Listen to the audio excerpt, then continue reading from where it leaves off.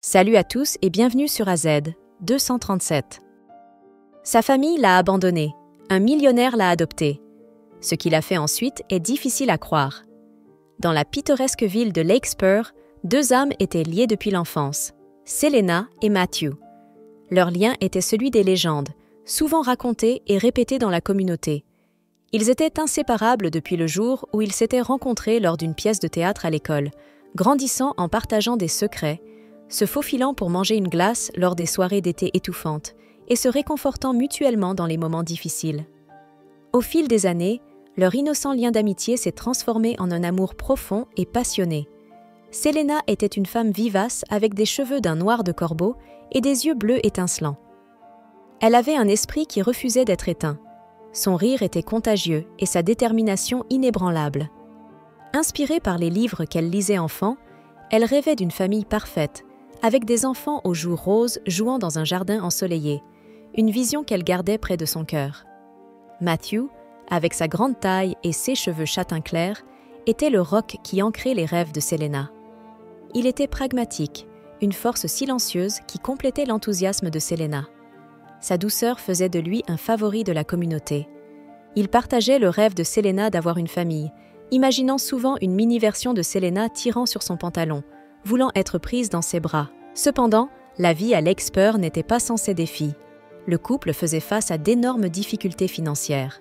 Matthew travaillait comme mécanicien et Selena occupait plusieurs emplois à temps partiel.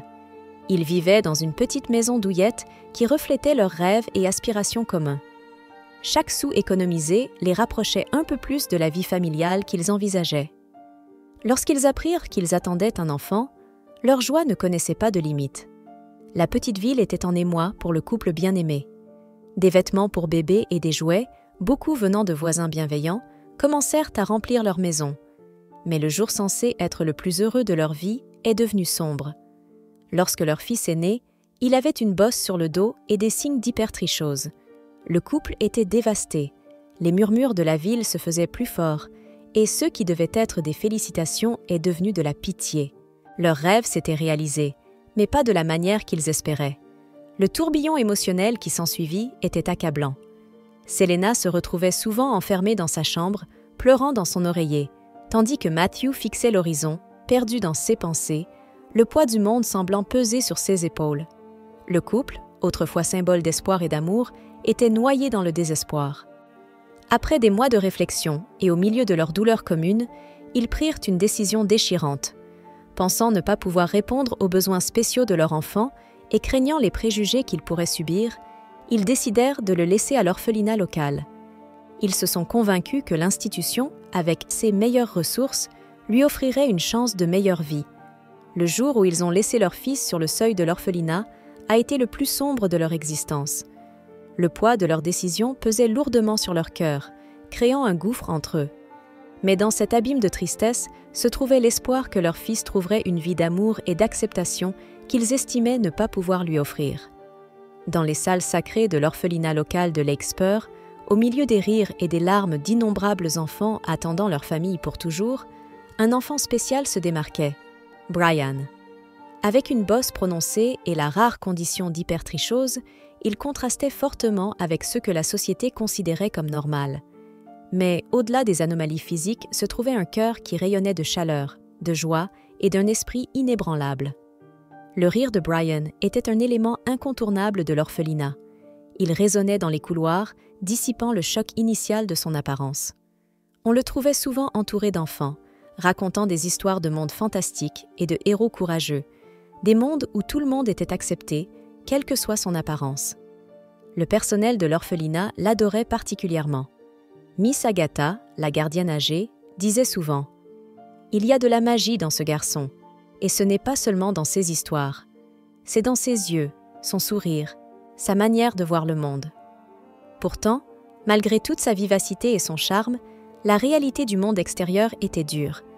Les parents adoptifs potentiels, à la vue de Brian, reculaient instinctivement ou échangeaient des regards gênés. Malgré les efforts du personnel pour mettre en avant l'esprit brillant et le cœur de Brian, les jugements superficiels le surpassaient. Cependant, il ne laissait jamais ses rejets ternir son esprit. Il haussait les épaules, affichait son sourire emblématique et disait « Ce n'est pas grave, ma famille me trouvera un jour ». Un jour fatidique, une voiture luxueuse s'est garée devant l'orphelinat, suscitant des regards interrogateurs et des chuchotements parmi les enfants. Martha et son mari, connus pour leur immense fortune et leur philanthropie, sont descendus de la voiture. Après des années de tentatives infructueuses pour avoir leur propre enfant, leur parcours les avait conduits à l'orphelinat. Le couple a été accueilli par une multitude de visages impatients, chacun espérant trouver une place dans leur cœur et leur maison. Tandis que Martha parcourait les couloirs, son attention fut captée par une conversation animée entre Brian et un groupe d'enfants plus jeunes. Son rire contagieux, ses récits vivants et l'étincelle dans ses yeux parlaient directement au cœur de Martha. La première surprise face à son apparence physique fut rapidement éclipsée par l'indéniable connexion qu'elle ressentit. Son mari, lui aussi, après avoir interagi avec Brian, fut attiré par sa résilience et sa nature joyeuse. Ils ne virent pas ses déformations, mais le potentiel sans limite en lui. La décision fut prise. Brian serait leur fils. Le jour où Brian quitta l'orphelinat, il y eut une symphonie douce amère d'émotions. Des larmes de joie, de longs câlins et des promesses de visite furent échangées. Le garçon à la bosse prononcée, que beaucoup avaient négligé, était maintenant le fils du couple le plus influent de Lake Spur. Martha et son mari offrirent à Brian non seulement une vie luxueuse, mais aussi d'innombrables opportunités. Ils l'inscrivirent dans les meilleures écoles où son esprit brillant s'épanouit et encouragèrent son penchant pour le conte, le présentant à des auteurs et dramaturges renommés. Plus que tout, ils lui offrirent un amour et une acceptation inconditionnelle, réaffirmant sa croyance que la vraie beauté et la valeur résidaient à l'intérieur. Sous leurs soins, Brian se transforma d'un garçon orphelin avec des défis physiques en un phare d'espoir et d'inspiration pour beaucoup, enseignant au monde le véritable sens de la résilience, de l'acceptation et de l'amour. La nouvelle vie de Brian était une tapisserie tissée d'amour, d'opportunités et de défis. La résidence opulente qu'il appelait désormais maison était à des années-lumière de l'orphelinat, mais l'esprit du garçon restait le même, plein d'espoir et déterminé. Avec les ressources à leur disposition, Martha et son mari se penchèrent sur des traitements médicaux potentiels pour améliorer la santé physique de Brian. Après des mois de recherche, des consultations avec des chirurgiens de la colonne vertébrale de premier plan et des appréhensions, Brian subit avec succès une chirurgie pour réduire sa bosse. Les résultats furent transformateurs, non seulement physiquement mais aussi émotionnellement, le remplissant d'un espoir et d'une confiance renouvelée. Cependant, l'hypertrichose, une condition qui recouvrait le corps de Brian de poils épais, demeurait un défi insurmontable. Il n'y avait pas de remède connu, et les réactions qu'elle suscitait chez les autres étaient souvent peu aimables. L'école était un champ de bataille en soi. Les enfants, étant brutalement honnêtes et parfois cruels, isolaient Brian. Des chuchotements dans les couloirs, des doigts pointés et des surnoms blessants comme le garçon loup étaient monnaie courante.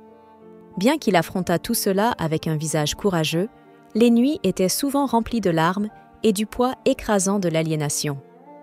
Martha, témoin des luttes de son fils, reconnut la nécessité de cultiver en lui un autre type de force, la résilience. Un soir, alors qu'ils étaient assis dans la chambre de Brian, entourés des livres médicaux qu'ils avaient rassemblés au fil des années, Martha aborda le sujet d'une éventuelle carrière. « As-tu déjà pensé à devenir médecin, Brian ?» demanda-t-elle doucement. Brian leva les yeux, la surprise évidente dans ses yeux. « Médecin ? Pourquoi ?» Martha répondit. « Les médecins sont des guerriers, mon cher. Ils combattent les maux, ils guérissent et ils apportent l'espoir. Imagine le nombre de vies que tu pourrais toucher et la différence que tu pourrais faire. Plus important encore, pense à trouver un remède pour l'hypertrichose, non seulement pour toi, mais pour tous ceux qui en souffrent. » L'idée résonna profondément en Brian. Il ne s'agissait pas seulement de l'attrait de devenir médecin, il s'agissait de reprendre le contrôle de sa propre histoire. Un feu fut ravivé en lui. À partir de ce jour, il était résolu. « Je trouverai un remède », se murmurait-il souvent à lui-même alors qu'il se plongeait dans les livres et la recherche. Le chemin n'était pas facile. Les intimidations continuaient, mais Brian avait maintenant un bouclier, un but. Il se jeta dans ses études avec vigueur. Martha et son mari, observant depuis la touche, fournirent tout le soutien qu'ils pouvaient, que ce soit des tuteurs, des camps médicaux ou des conférences de motivation. Lorsqu'il atteignit l'université, la réputation de Brian le précédait, non pas comme le garçon atteint d'hypertrichose, mais comme l'étudiant en médecine prodigieux avec une mission. 6 pairs, inspirés par son dévouement, se rallièrent autour de lui. L'isolement qu'il avait autrefois ressenti fut remplacé par la camaraderie. Des années plus tard, le Dr Brian, comme on l'appelait affectueusement, fit les gros titres non seulement pour ses recherches révolutionnaires sur l'hypertrichose, mais aussi pour son esprit inébranlable. On ne savait pas encore s'il avait trouvé un remède, mais une chose était claire. Dans son voyage de découverte de soi et de détermination, il avait déjà guéri beaucoup de personnes, enseignant au monde que la vraie force n'était pas d'affronter les défis de front et de les transformer en objectifs. Le Dr Brian avait acquis une réputation comme étant l'un des meilleurs chirurgiens de la ville, un titre qu'il portait avec fierté et humilité. La route avait été longue et difficile, remplie d'obstacles qui dépassaient les manuels scolaires et les salles d'opération. C'était un voyage qui exigeait de la résilience, de la détermination et une croyance inébranlable en son propre but. Le bloc opératoire était son sanctuaire, un endroit où il transformait des vies et où, par un coup du sort, son passé lui revint en pleine face. Un jour fatidique, un cas critique fut amené en urgence. Un homme gravement blessé dans un accident, oscillant entre la vie et la mort. Alors que Brian se préparait, sentant le poids de la responsabilité sur ses épaules, il ne put chasser un sentiment de déjà-vu. Les traits de l'homme, bien que marqués par des ecchymoses et des coupures, ressemblaient étrangement aux siens. Le sentiment était déstabilisant, mais Brian, formé pour se concentrer sous la pression, repoussa cette pensée et s'immergea dans la chirurgie. L'opération fut éprouvante mais réussie. Lorsque Brian sortit, épuisé mais soulagé, il fut accueilli par une femme bouleversée.